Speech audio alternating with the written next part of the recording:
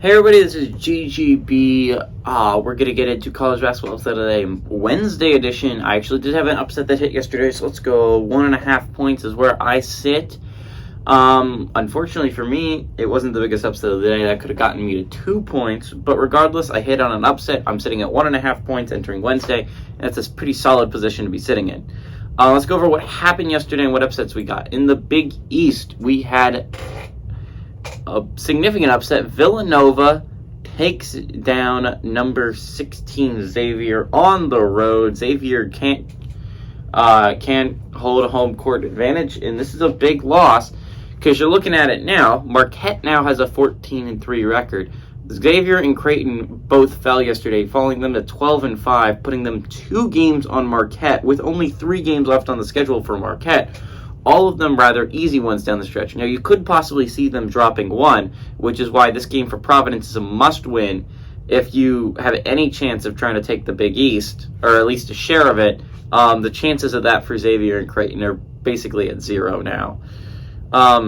Marquette has an easy schedule. You could see them dropping 1. Seeing them drop 2 is rather unlikely.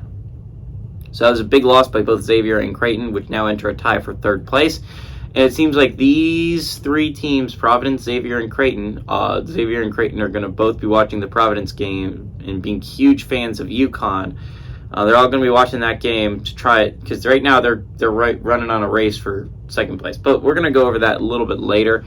Villanova gets a big win. They're only a game back on Seton Hall now, and Seton Hall plays a pretty good Xavier team, actually. So now, weirdly enough, Xavier fans in the next game is Villanova.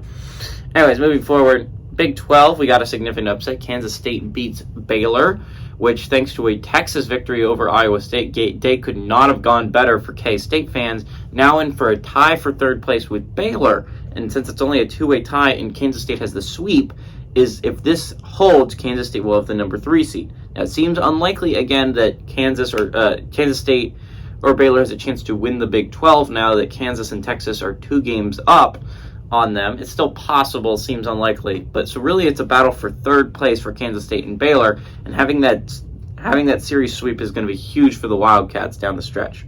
Anyways, big win by Kansas State last night. In the SEC, this was the upset I picked. I picked A&M over Tennessee, and Tennessee continues their free fall. Just a wow position they've put themselves in a sudden collapse. They look like they were number 2 in the nation not 2 weeks ago. And now they sit and they look bad. They look really bad. And it's a question whether I'm going to pick South Carolina to upset them. I mean, they look this bad. They've lost so many in a row. They're now 9-6 in conference. Big loss. They're obviously going to be big Florida fans today, so Kentucky can fall down there with them. But now Tennessee, instead of having a tie for 3rd, is now in 4th with a chance, if Auburn and Vandy win tonight, to be in a 3-way tie for 4th place. Just a massive collapse for Tennessee down the stretch. And who knows, maybe some other teams like Missouri or Arkansas could even catch up to them at this point. And then the Big Ten, we had a significant upset. Indiana was beaten by Michigan State on Michigan State's home court, which makes this so interesting. The Big Ten I could talk about for literal days. It is the most fascinating conference to watch because you have Purdue at the top. And while it's not a significant lead, they do have a game and a half lead on Northwestern. Those are the top 2 teams. But then after that, it gets so interesting. Indiana sits at 10-7 in conference. They're in 3rd place. You want to know what 4th place is? 9-7. Only half a game back. You know how many teams are tied for 4th place? 6th. 4th to 9th place are all 9-7 basketball teams. Illinois, Maryland, Iowa, Rutgers, Michigan State, and Michigan are all 9-7 in conference and half a game out of 3rd place. This conference is the closest, most competitive conference right here. Oh, it's going to be so interesting, this battle. And while the Big East is going to be super interesting down the stretch to see who wins it and who gets the top 4 slots, who's going to be the top 10? It could be literally any order. And don't forget about Penn State and Wisconsin that could bring some chaos to this party as well. Nebraska's starting to play well, and suddenly you have 12 teams in the Big Ten that are going to cause some real chaos come March. Ohio State and Minnesota not included. Yeah, those were the upsets we got yesterday. Moving on to the first upset. Okay, let's just go over the games we got. 4 top 25 basketball games today. 5 top 25 teams playing. At 6:30, got number 20 Providence is 20-7. Charlotte number 18 UConn is also 20-7. UConn actually favored by 7.5 points on FS1. 7 o'clock, we have number 6 Virginia, who's 21-4. Carolina Boston College, who's 13-15. Virginia 8.5 point favorites on the road on ESPN Plus. At 9 o'clock, we have number 2 Alabama, who's 23-4. Carolina South Carolina, who's 10-17. Alabama here by 18 on ESPN2. And at 9 o'clock, we have Tulane, who's 17-7. Carolina number 1 Houston, who's 25-2. Houston favored by 15.5 on ESPNU. Let's start off in the Big East with the Providence UConn game, considering how important it is. Like I said, with a win, Providence has sole possession of second place and is a game back on Marquette for a tie for first. This is important because Marquette has some winnable games. They play St. John's, they play Butler, and I'm forgetting who the third one is, but very winnable basketball games for this Marquette team. But let's not forget, Butler pulled off the upset against Xavier, I believe. St. John's has pulled off an upset. Like, these are not easy W's, but as the Big East goes, they're easier, right? They're very winnable basketball games for Marquette. So being a game behind is so important because while they could drop 1, seeing them drop 2 is unlikely. So moving to 13-4 is hugely important. However, if you drop this one on the road, you fall to 12-5 and you enter the tie for second place with Xavier and Creighton. If only just to keep second place, which is important, to keep that game advantage over the Musketeers and the Blue Jays, this is an important game. You could enter a tie with Xavier and Creighton being a tie for second, a 3-way tie for second, and those tiebreakers could shake out in a way you don't want if you're Providence. UConn, on the other hand, is a very important situation. A win puts them at 10-7, and while it seems unlikely they crack the top 4, that seems very unlikely. I think they're 3 games back at this point. Avoiding a loss is so crucial because if you lose this game, you fall to 9-8, and you're in a tie for 5th place with Seton Hall. And suddenly, the battle is for 5th place if you're UConn. And not to mention, Villanova's suddenly going to be starting to enter these rankings as well if you keep losing and they keep winning. So, an important game for UConn to defend their home court. So, to be exact, Xavier, Creighton fans, big UConn fans tonight. Seton Hall fans, Villanova fans, big Providence fans tonight. Marquette fans, big UConn fans. That's how you break it down. Let's move on to the ACC. In the ACC, we got Virginia taking on BC. This is an important game because Virginia loses, they lose first place. Virginia lost, they fall to 13-4 and into a tie for second with Pitt. Miami would take possession of first place in the ACC. An important game if you're a Miami fan. You're going to be score watching this or even plainly watching it if you have ESPN Plus if you're a Hurricanes fan. Big game if you're a Hurricanes fan. Moving on. Obviously, if you win, you keep sole possession of first, although Miami would only be a half game back.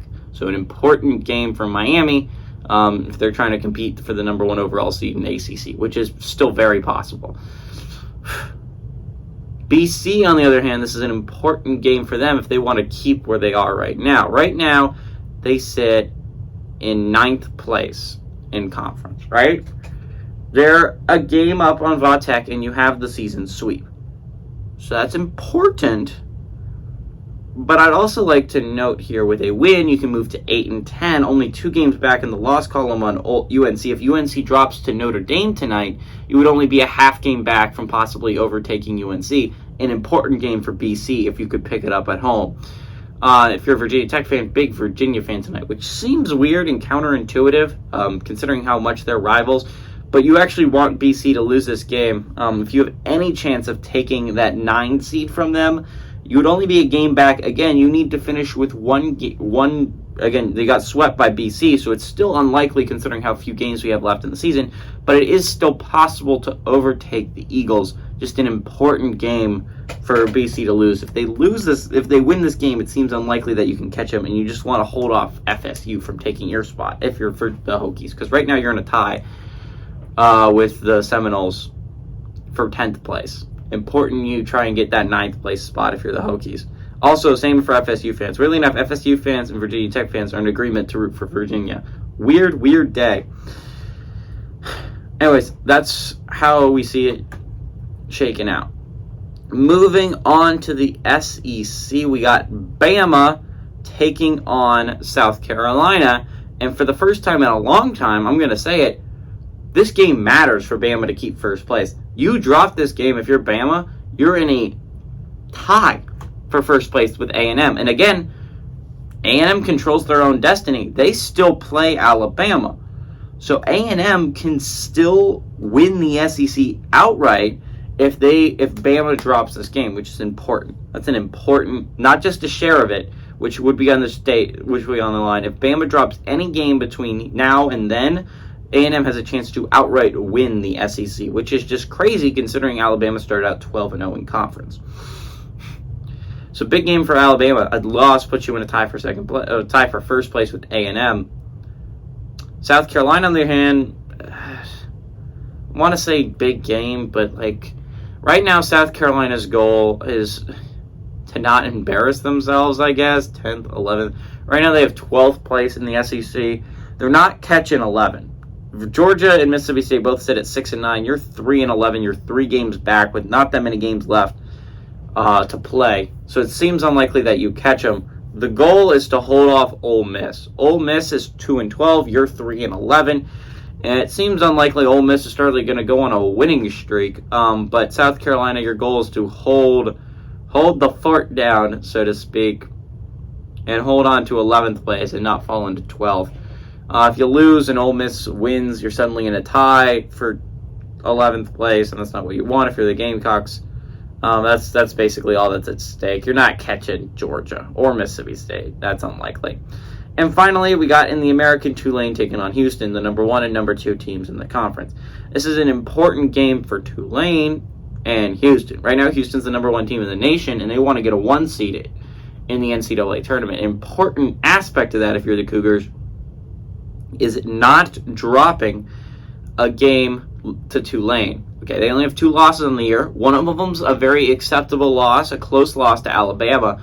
Another one's an embarrassing loss to Temple, who now sits 9 and 6 in conference, 15 and 13 overall. That is an embarrassing loss, but they are still 25 and 2, and there's a reason why they're number 1 in the nation. They look phenomenal. However, Tulane has looked pretty good, and this would be a huge win for any possible NCAA tournament run. They would move to 11 and 3 with a loss. By the way, a win for Tulane and a loss by Houston. Technically, Tulane's only a game out of first place for the AAC. Seems unlikely that they win it considering how good Houston is. But, you know, Tulane's the second hottest team in the American, winning 5 straight, only behind Houston, who's won 7. So it's not insane to say Tulane's actually been playing pretty well this year. With a loss, Tulane falls into a tie for second place with Memphis. Now, keep in mind, they have the season sweep. So they have the tiebreaker here. But this is an important game for Memphis because Memphis needs to finish a game better, and it seems unlikely to do that with how little the season has left to go if Tulane pulls off the upset here. So weirdly enough, Memphis big Houston fans today. And obviously Memphis has got to knock out Houston if they want to make it to the NCAA tournament. They have to get a quality win, and that would be a quality win. So this is a big game for Memphis fans. Really rooting for Houston today. Anyways, who do I think is going to pull off the upset? This is a weird day, right? Like yesterday, I had some where actually the team that would be considered a college basketball upset of the day was actually favored, and that's how I ended up getting the A&M over Tennessee game, and Michigan State ended up beating Indiana, and they were favored in those matchups. Or even K-State was only 2-point dogs, and Villanova, despite being the biggest upset of the day, was only 5.5-point dogs. The lowest underdog today is Providence with 7.5-point underdogs. So let's go through these and why I'm not going to pick them. Obviously, I'm not taking South Carolina to beat one of the best teams in the entire nation. If this was another team, maybe Mississippi State or any other team, maybe. But South Carolina has looked like arguably one of the worst teams in the SEC. I mean, outside of LSU, it was just god-awful, but they looked atrocious. And now there's arguments to be made for the other two. I mean, Houston has dropped one to Temple in a weird game. And Tulane kind of has the same makeup as Temple, could possibly pull off the upset. But I'm going to give a home court advantage. I don't think they blow this one. I feel like they're going to win at home against the Tulane team. And I think you can make the same argument for BC. BC has that elite defense, and they can actually score the basketball and are an underrated basketball team in the ACC. And it's just because they dropped a lot of early ones. They've actually been on a little bit of a hot streak recently. And Virginia's been playing with fire as of late, with only a 3-point win against Louisville and a 2-point win against Notre Dame. They've really been just rolling the dice, and they've been able to come out on top in both those matchups against two of the worst ACC teams. And I don't know if this is an impossible one for BC to win at home, but actually Providence is just the Friars are a good basketball team, and I think they have a good shot at going on the road and pulling out the upset and beating number 18 UConn. Everybody, this is GGB saying adios amigos and go Friars.